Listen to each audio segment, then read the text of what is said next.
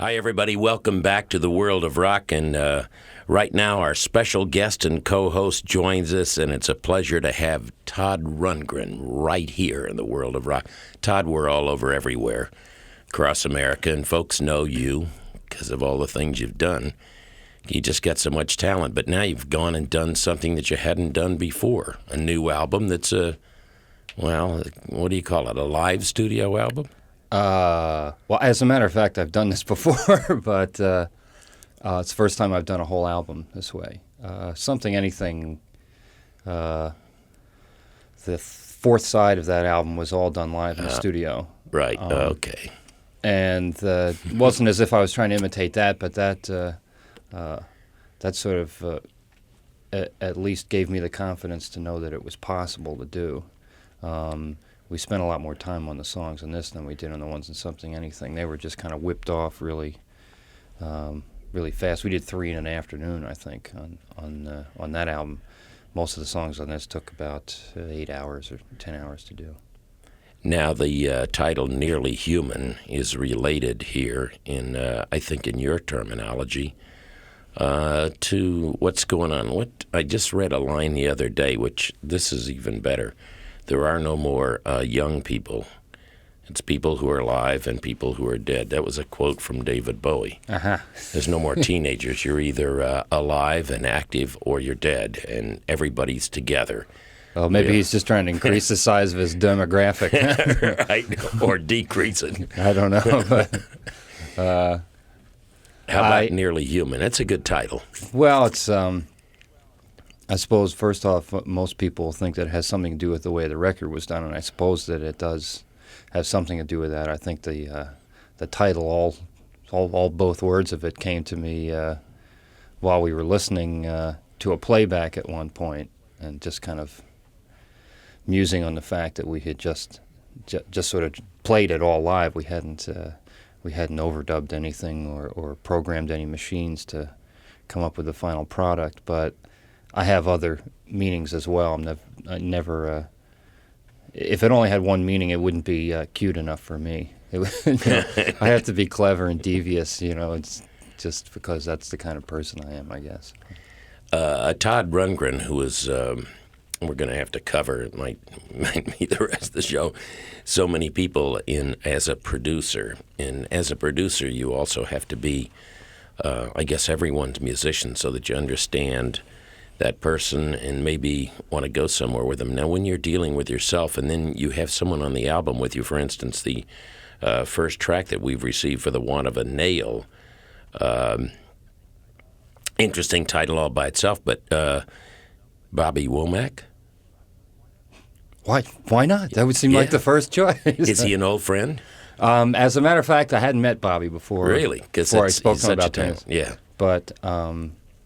But there were, it was a song where I knew I was going to have somebody else sing along with me, and I had sort of a short list of singers that I wanted to hit on, and because of logistics and things like that, Bobby was the one who it turned out to be. It was not a question of necessarily a certain person being favored over anybody else, but the logistics of recording an album live in the studio make it difficult to get all of the people that you want together in the same room at the same time. So a combination of logistics and desire kind of singled Bobby out for the performance. Well, as long as we're talking about the record and you're our guest host, disc jockey and all that, Todd Rundgren, if you would, please, let's let everybody hear it, and you introduce the record with the strange title. The strange title? Well, For the Want of a Nail isn't something that you copied. It's not I Love You. Well, no, but I didn't make it up either. It's based on somebody said it was a Mother Goose fable, although it seems a little bit too intellectual for or too much of a challenge to a typical child's sensibilities to be attributable to Mother Goose. But the whole idea is this one of a nail, a shoe was lost, one of a shoe, a horse was lost, and it goes on in this whole thing. The point of which is that great things are determined by small details, and that's essentially what the song is about.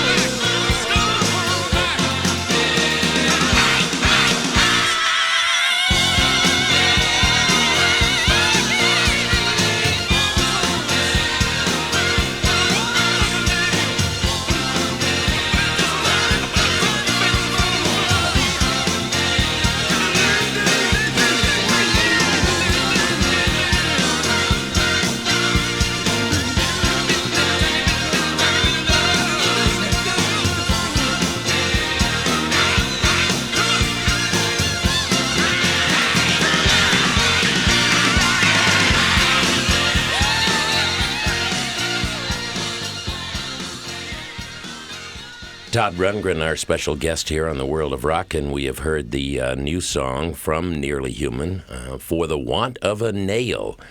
Now, for the want of a question, now the album is out. Is there a tour planned? Yes, there's a tour. Good. As a matter of fact, I believe it starts in just a few days. July 10th is the first date in Santa Clara, and then we'll do 6 weeks across the country. And then, unfortunately, I have to cut the touring short to take care of a few production commitments and other projects that I have to resolve before the end of the year. And then we'll probably be going off to tour Japan, possibly Europe, and I'm sure the United States again. Who are you going to use now on the tour? It'll be a lot of the players from the album, although since there were 65 people altogether over the course of the recording, I don't think it'll be quite that large. But economically, that wouldn't be a good idea. Was it Joe Cocker who did? Oh, who brought along his 100 folks? Well, anybody who wants to follow along in a car, and play for nothing is perfectly free to do so. But in terms of the number of people that I can support at this point in time, it's the magic number is 11. So, and some of those are coming for per diem only. So it's so 6 or 8 weeks starting in Santa Clara, and maybe you got a couple of cities in mind that we can tell everybody about who's listening roughly. All the major cities. Going to come right across. Yeah, west to east. Generally west to east, Santa Clara, then San Francisco, then Los Angeles, Phoenix, Houston, Dallas, Chicago, St. Louis, Columbus and Cleveland, and Cincinnati, and New York, and Boston, and Philadelphia, and Detroit, and the whole great. Okay. Toronto, for you Canucks up there. All right. Okay. What are you calling the tour? Well, they usually encourage you to call it something simple-minded, like the Nearly Human Tour. Okay, because covers the album. Well, it makes it more difficult for them to confuse things. Yeah, but with your backlog now, when I say backlog, I mean with your past and as much music as you've done now in the tour. Of course, you'll be doing some stuff from Nearly Human and new stuff. What do you like to do? Are there those favorites of yours that you'll be including? There are also the things that people just say, hey, I want to make sure Todd does this. Oh, yeah, I know. I'm going to see him. And you have those, obligations, I guess, quote unquote. Well, I never consider them obligations. I would be kind of I'd be embarrassed if the show couldn't stand on its own without the obligatory hello, it's me, or bang the drum or something in there. If people don't feel the show was worth it without playing those songs, then I'm probably I'm headed for Vegas at that point, and singing My Way. Things like that kind of retirement home rock. If you can't make the music that you're doing now as vital as the music that you used to do, then I think it's time not to tour any longer. Well, to everybody waiting to hear "Hello, It's Me," I guess he's introduced it very nicely.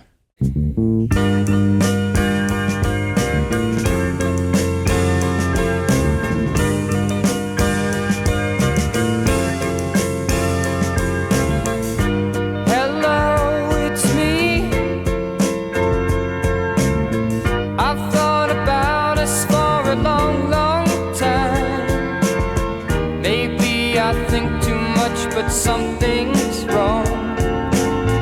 There's something here that doesn't last too long. Maybe I shouldn't think of you as mine.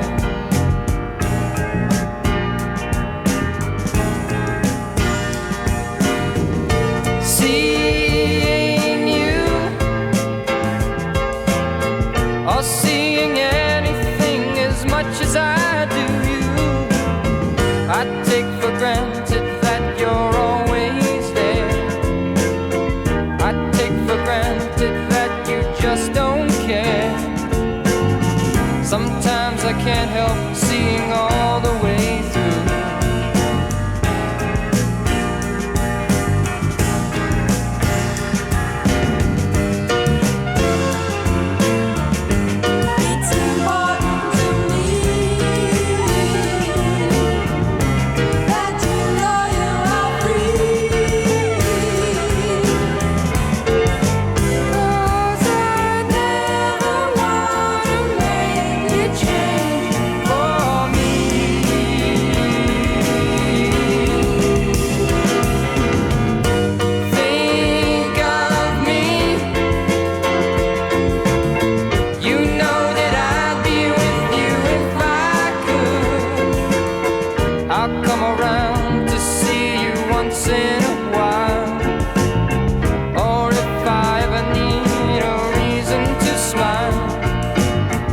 and spend the night if you think I should.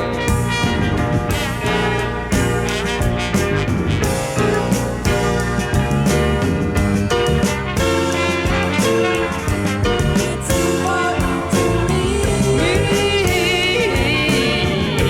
know you are free, 'cause I'd never wanna make you change for me.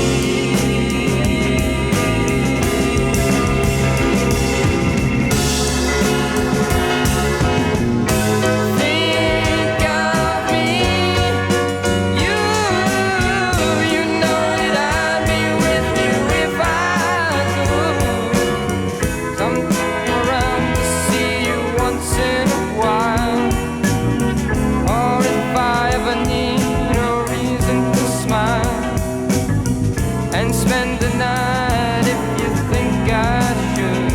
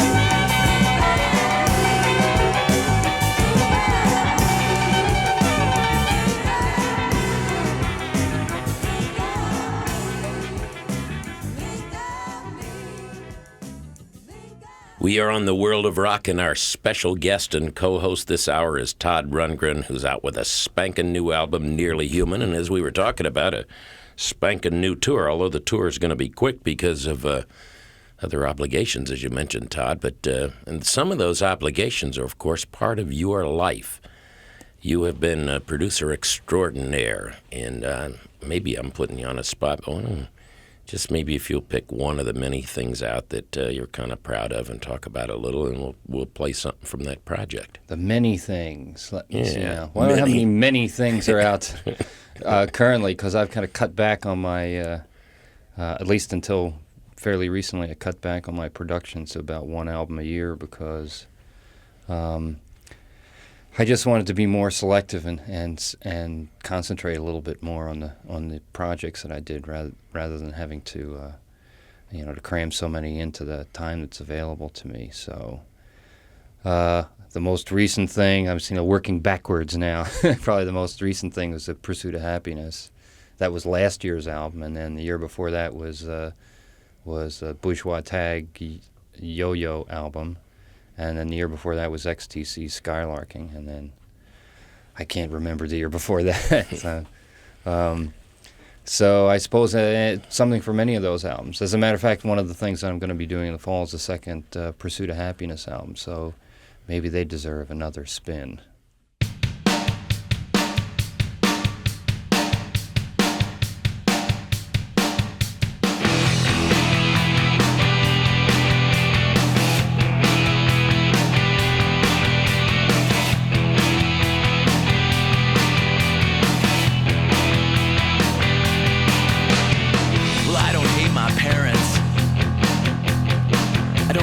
Just to spite them. I got my own reasons to drink now. I think I'll call my dad up and invite him. I can sleep until noon anytime I want, though there's not many days that I do. Gotta get up and take on that world. When you're an adult, it's no cliche, it's the truth. 'Cause I'm an adult now. I'm an adult now. Problems of an adult on my head, on my shoulders. I'm an adult now.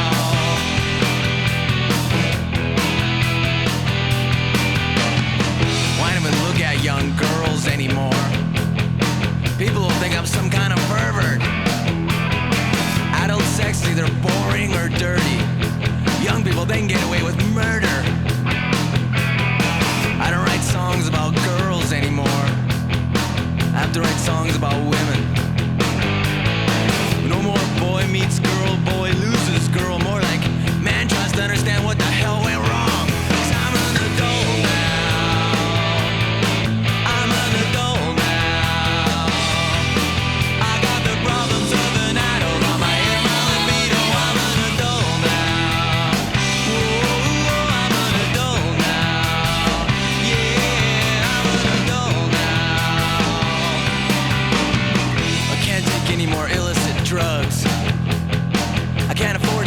superficial joy.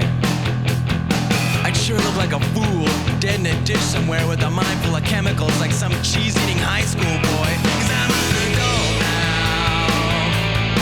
I'm an adult now. I've got the problems of an adult on my head, on my shoulders. I'm an adult now.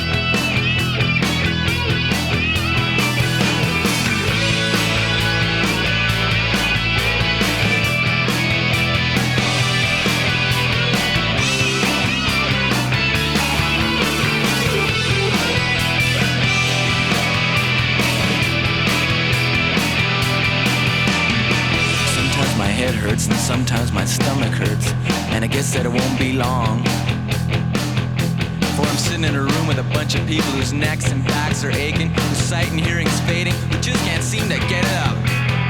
Speaking of hearing, I can't take too much loud music. I mean, I like to play it, but I sure don't like to rack it. Noise, but I can't hear anything, just guitars screaming, screaming, screaming. Some guy screaming in a leather jacket. Wow, I'm an adult now. I'm an adult now. I've got the problems of an adult on my head, on my shoulders. I'm an adult now. Whoa, I'm an adult now. Yeah, I'm an adult now. I've got the problems of an adult on my head, my libido. I'm an adult now. Whoa, I'm an adult now. I'm an adult now.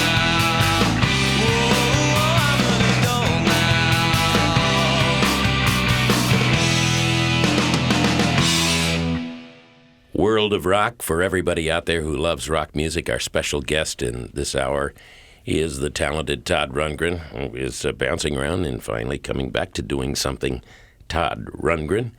But I guess part of everyone's talent is the challenge to produce other folks and go in other directions. I would suppose, at least from my standpoint, that would be real healthy.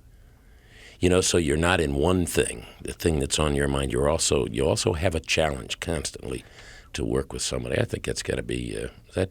Well, I've always thought it was at least better for me having short attention spans. That I had several different things that I could do, so I wouldn't get bored with doing one particular thing. I don't think that everyone suffers from that particular malady, but I think it's generally been valuable for me to work with other people on this basis, because it keeps new influences in the music that I'm doing. It also kind of keeps me from thinking that the music that I grew up with is the only music that's worthwhile, because I do a lot of new artists, and even though I have a certain kind of criteria that I use when I decide who I'm going to produce, one of the things that I look for is a certain degree of originality, something that's new or different about them. So that's the reason why, at least for me, it's valuable, because I have the advantage of having these new influences all the time, and it keeps me from stagnating in my own musical attitudes. Of course, one of the nice things about having a Todd Rundgren here is not everybody can do what he does either. You know, there are people who are interested in listening to new people and all that, but to produce is a whole different ballgame. And now that you've gotten yourself into Nearly Human and the album, I thought it's time for folks to hear some more stuff from your new album. And since you're the guest host, let's you introduce another song for us from your new album. Let me see now, another song. Let me see. Well, I should probably do this in the order that they're going to be promoted, which is an unusual thing in my recorded career. This is actually the first album that Warner Brothers has officially released that was recorded under a new agreement that I have with them. So it's actually the first album one of the first albums I ever had that's actually been promoted. So it's something to get used to. And I guess they're releasing kind of a series of songs to album-oriented radio to establish it and get it airplay. And I know that the second one happens to be, since I just did the edit today on it, happens to be Can't Stop Running. So we might as well give it a spin.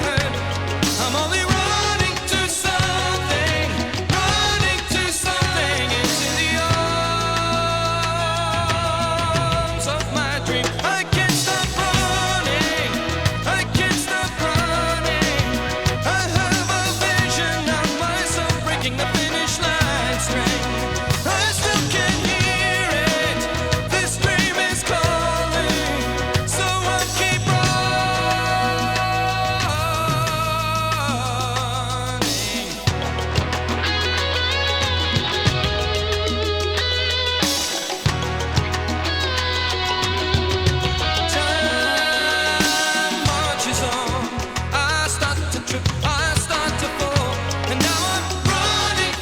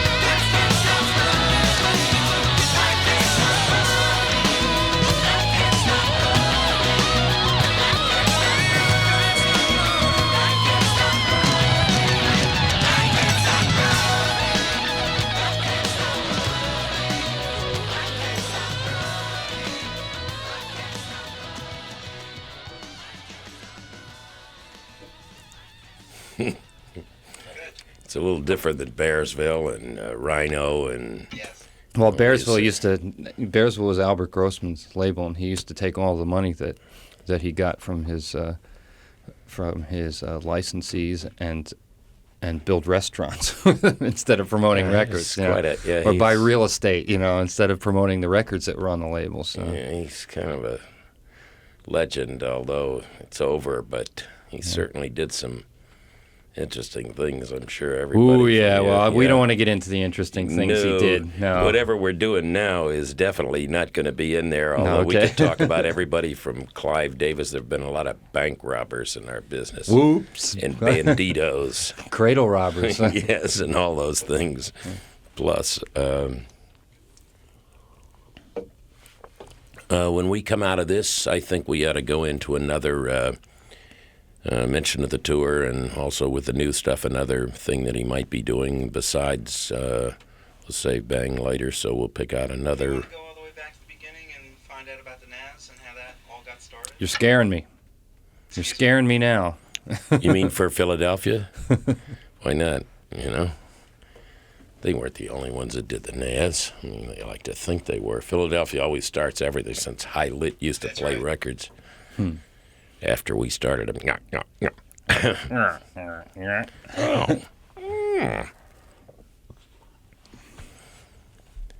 Another song from Nearly Human, Todd Rundgren's new album, and Todd going to be touring, and we were talking about that before, since underway early July in 6, 7, 8 weeks maybe, and then you have to take a break and then back out again.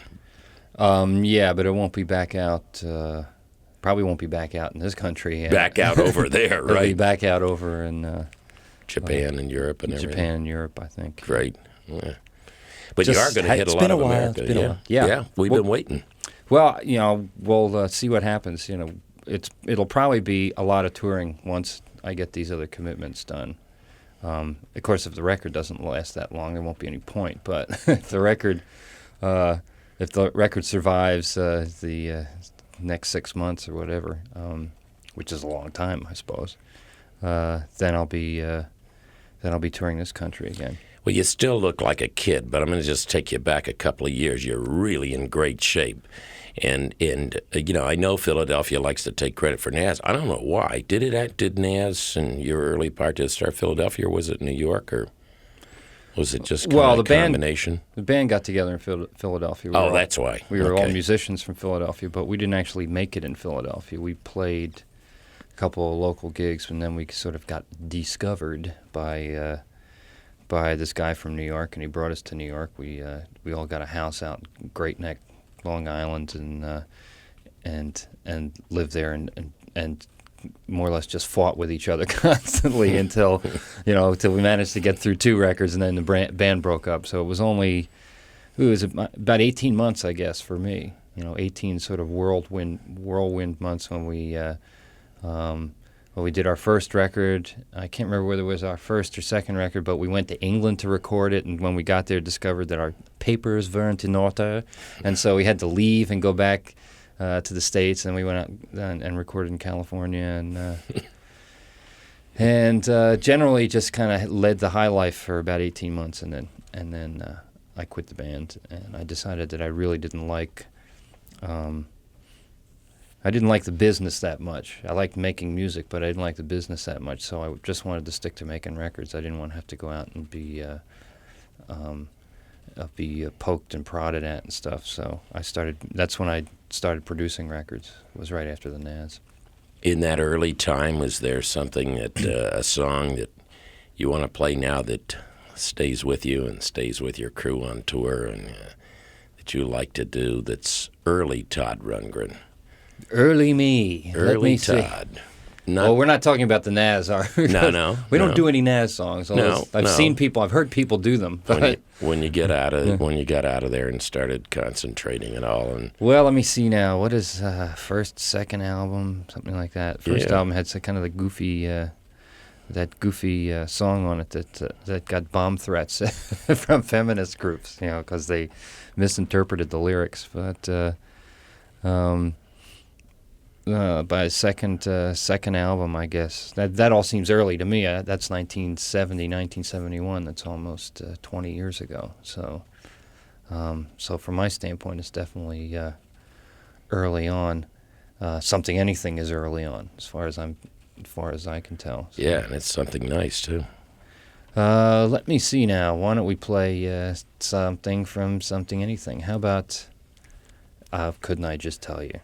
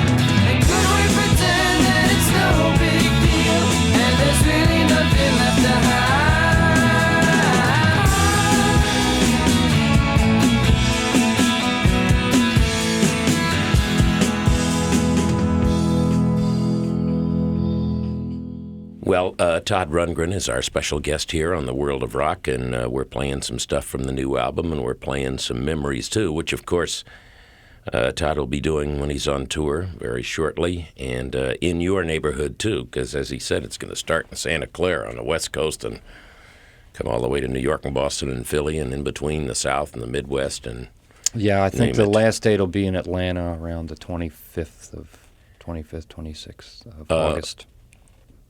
Then a little Europe and so forth. You said you had another project to do. Does that mean you're going to be producing someone else's album and then go back on the road? Well, I have, as a matter of fact, I have three albums to produce between August and December. But in addition to that, the musical that I've been writing for the New York Shakespeare Festival is hitting the boards in October. So let's mention that a little bit. Tell me. Yeah. The musical is called, Parallel Lines is a song from the musical. I'd written it before I had started recording the album, and it happens to be one of the songs from the musical, but the musical itself contains about 16 or 17 songs that haven't been recorded anywhere yet. And they're actually not really pop songs in that sense. They're songs for a musical. And this was something that I got approached to do many years ago, about 3 or 4 years ago. And the basis of the musical is a screenplay that Joe Orton wrote that was supposed to be the Beatles' third movie. If you ever saw the Joe Orton film "Prick Up Your Ears" about the degrading life of Joe Orton, it goes in some detail about his negotiations with Epstein and the Beatles to write the screenplay. And what happened was that Brian Epstein died and Joe Orton died, and so nothing happened with the screenplay, and it just kind of floated around for a long time. And then a couple of years ago, there was this Joe Orton revival on Broadway. A couple of his plays met with some success. So somebody at the Shakespeare Festival discovered this dusty property and got an option on it and asked me if I wanted to write music for it. And I think at the time they wanted it to be something Beatlesque, but I didn't really want to write something Beatlesque, so I wrote something more Broadway-esque. Wow, that must have been a great challenge. Well, as a matter of fact, Or fun, or it was fun. Yeah, it was. There's a certain degree of challenge in it because you have to have a conceptual unity and a lot of the songs make references to each other and they're all part of a greater work. They're not like songs on for instance a normal album. They might be more like a concept album. But the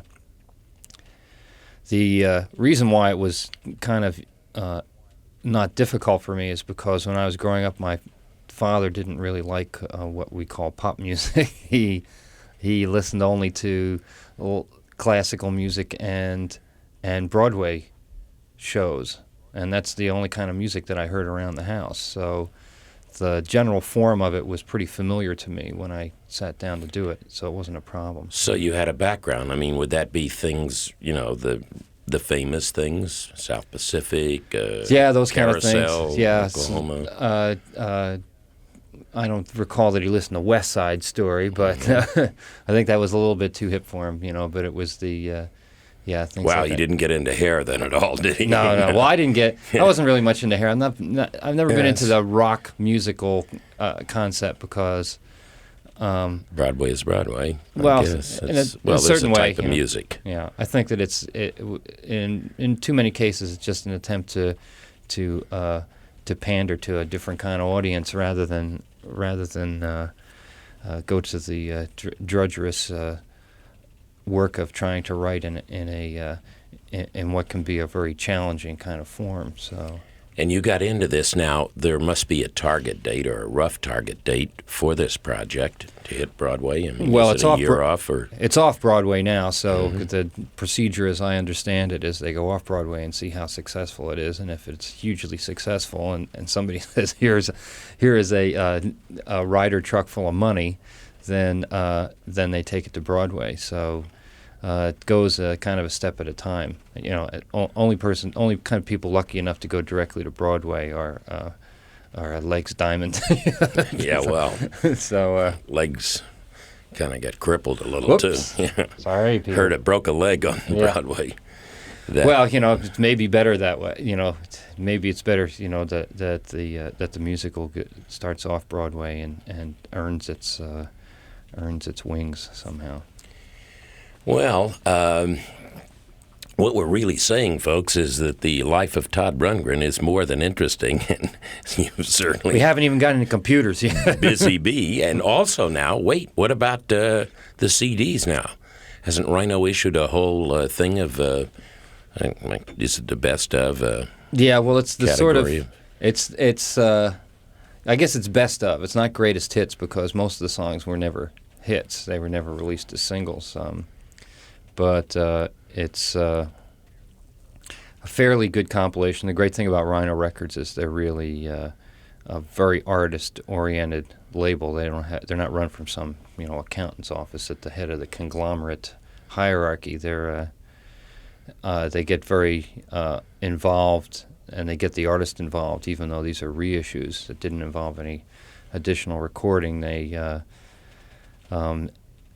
sought my input all the way on as to which songs I thought should be used. Let's play one. So let's play one. Yeah. Yeah. So you introduce it. I mean, Let me see now. What this was is he going your to job play? today. You have to be co-host. Pick one. Okay. Well, let me see now. Let's keep it light. We'll keep it on the light side. Oh yeah. Well, I guess this is probably a song that I'll do on the road. So we should play it from the record, and that's "Real Man."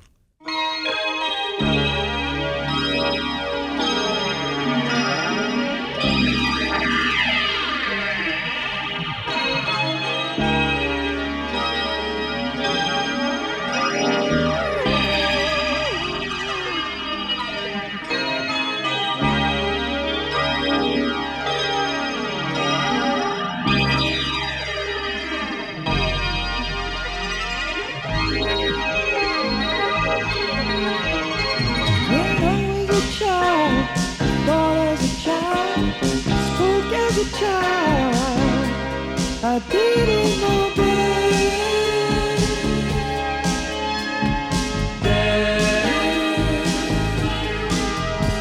but now I'm a man, look like a man, old as a man, and I should know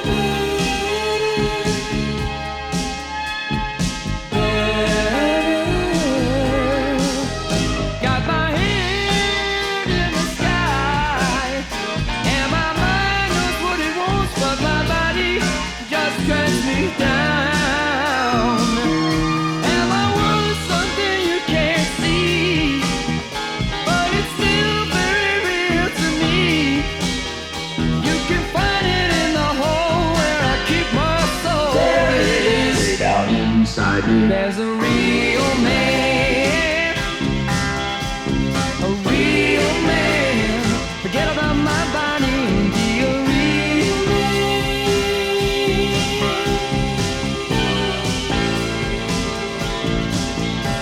I see with my heart, hear with my heart, I feel with my heart. Sometimes it looks like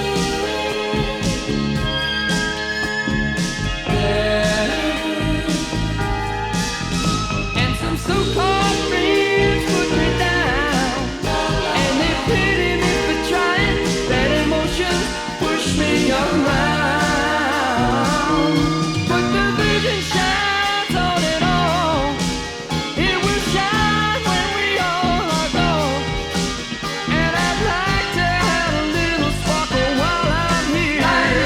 Way down inside me, there's a real man, a real man.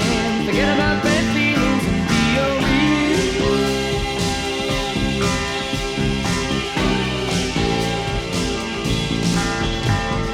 Something happens when it's only 8 in the morning. Afraid of everything and they laugh at nothing, and they all live to creative side. You can laugh at me now, but the time comes for everybody, and you must decide. When the day finally comes along, you might wish you'd been a little more strong.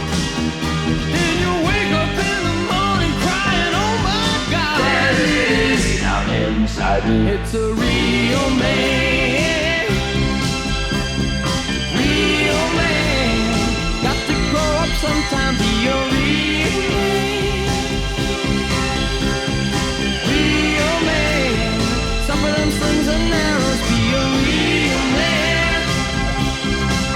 Now be a real man. Don't sell yourself for nothing, be a real man. Be a real man. Don't take no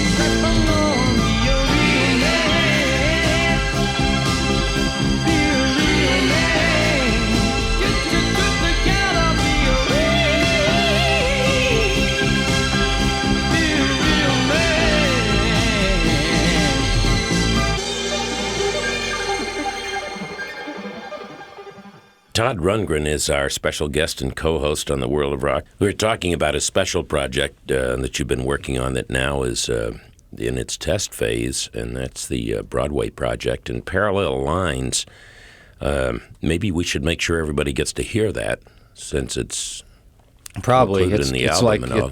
it's like my memories, you know. But it's a song about it's included in the show, but it obviously has a message. Yeah, it's got a message probably more relevant in the context of the show.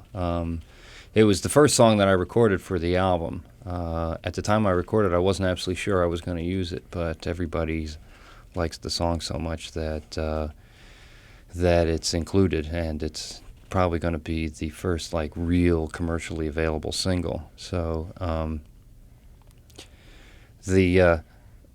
the song essentially is sung by two characters. One character sings it about this other person that's actually a girl sings it about a guy, and then the guy sings it again at the end about another girl. So they kind of like it's like tag team ballads here, but it's the kind of main ballad in the show, the Get Your Handkerchiefs Out ballad. So that's the story.